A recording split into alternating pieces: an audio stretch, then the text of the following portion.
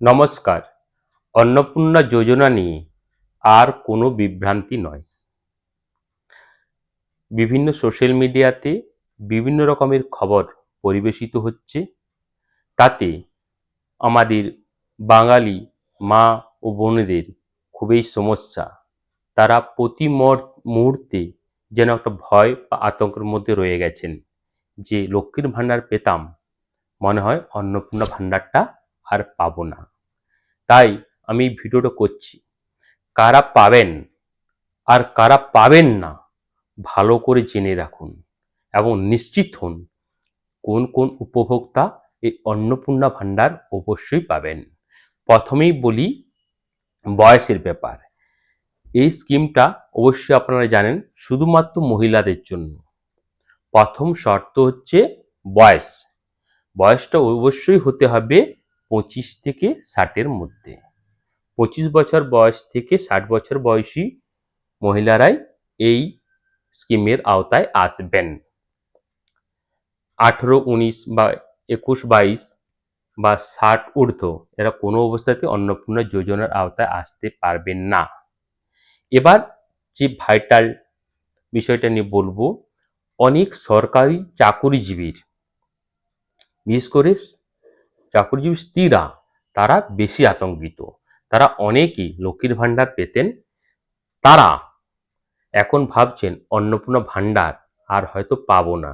তাদের উদ্দেশ্যে বলি, আপনার পিতা কিংবা মাতা কিংবা ভাই কিংবা বোন কিংবা আপনার হাজব্যান্ড যত বড়ই চাকরি করুন না কেন, আপনি যদি কোনোরূপ কোনো পেনশন না পান বা কোনো চাকরি না করেন, অবশ্যই আপনি অন্নপূর্ণা যোজনা পাবেন।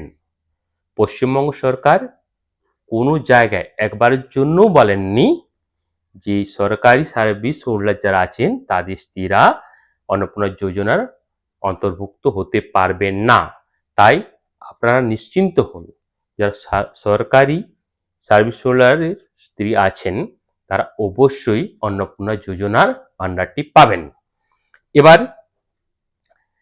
কারা এই অনুদান পাবেন না, আগেই বলি, কোনো মহিলা যদি এই মুহূর্তে কেন্দ্র বা রাজ্য কোনো সরকারি স্কুল, পৌরসভা, পঞ্চায়েত বা কোনো মেডিকেলে জব করেন, তারা অবশ্যই এই অন্নপূর্ণা যোজনা পাবেন না।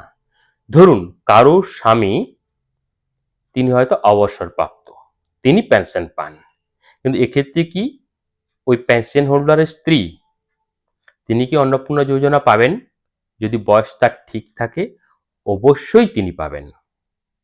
তার স্বামীর রোজগার এখানে অন্নপূর্ণা ভাণ্ডার পেতে কোনো প্রতিবন্ধকতা তৈরি করবে না।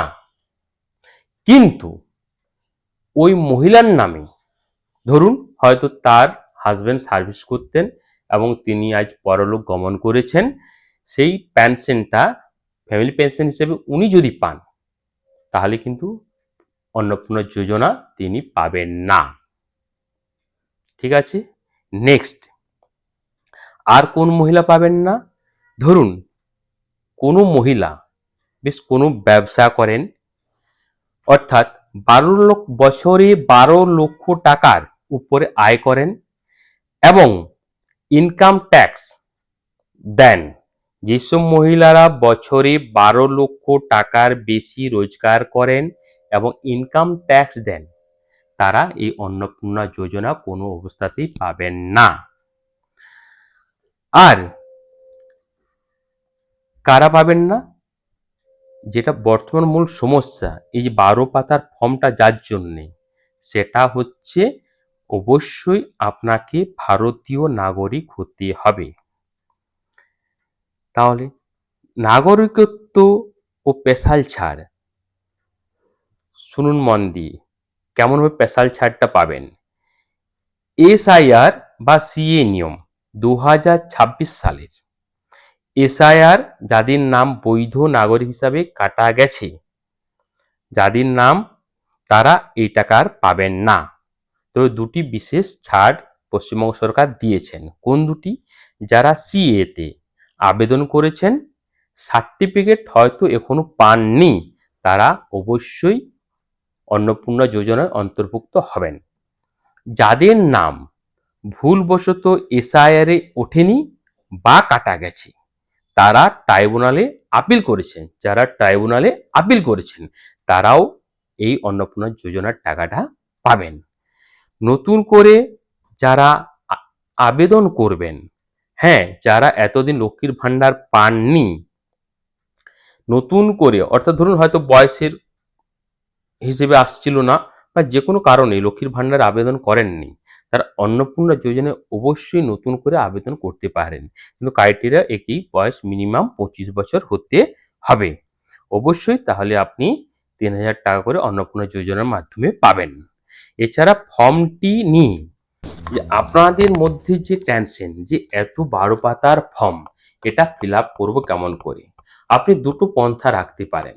আপনি যদি বলেন ভাবেন যেটা নিজের পক্ষেই ফর্মটা পূরণ করা সম্ভব নয়, বর্তমানে অনেক মা আছেন বা অনেক মহিলা আছেন এই 12 পাতার ফর্মটাতে হয়তো তারা ঠিকঠাক পূরণ করে নাও উঠতে পারতে পারেন, তো তারা একদম নিশ্চিত থাকুন বাড়িতে কোনো সরকারি আধিকারিক বা কোন সরকারি কর্মী আপনার বাড়িতে ডোর টু ডোর এই ফর্মটা ফিল আপ করে নেবেন, আপনার বাড়িতে গিয়ে ফিল আপ করে নেবেন।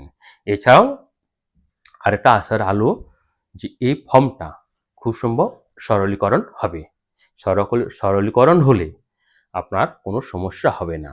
12 পাতার ফর্মটার অ্যাকচুয়ালি মূল উদ্দেশ্য ছিল একটা ডেটাবেস তৈরি করা, আর অনেকেই অনৈতিকভাবে, আমি এর আগেও বলেছি, অনেকেই অনৈতিকভাবে এই লক্ষ্মীর ভান্ডার গ্রহণ করছিলেন। এমনও খবর আছে এটা পুরোপুরি মহিলাদের জন্য হলেও একজন পুরুষের একটা ফ্যামিলিতে তার ওয়াইফ এবং নিজেই এবং একটি 5 বছর ছেলে তার 8টা লক্ষ্মীর ভান্ডার তুলতেন।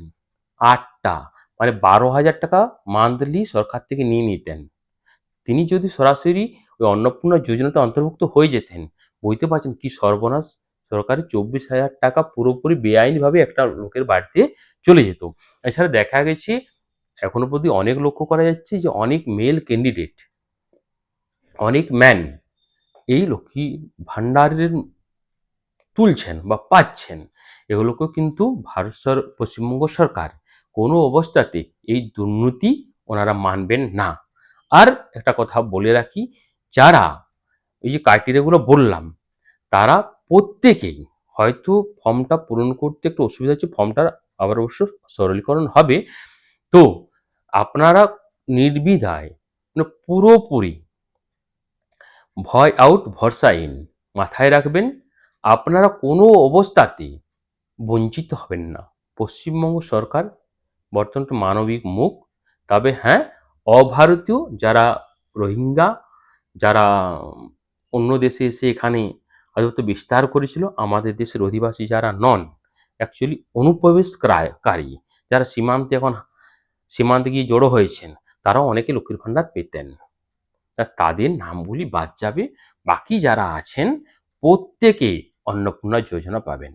তাই বলি নিরাশ হবেন না, ভরসা রাখুন, কোন রকম কোনো আতঙ্কগ্রস্ত হবেন না। আর সোশ্যাল মিডিয়ায় যেসব নানা রকম খবর পরিবেশন হচ্ছে আপনারা পুরোপুরি গুরুত্ব দেবেন না, কারণ এটা মহিলাদের স্কিম, আপনারা সবাই পাবেন। এটা পশ্চিমবঙ্গ সরকার আপনাদেরকে অবশ্যই অবশ্যই এই অন্নপূর্ণা ভান্ডারে সামিল করবেন, কারণ এটা সরকারেরও একটা নৈতিক দায়িত্বের মধ্যে পড়ে। যাই হোক, আর আতঙ্ক নয়, শান্ত মাথায় থাকুন, ভালো থাকুন। এখানেই শেষ করছি। জয় হিন্দ, বন্দে মাতরম।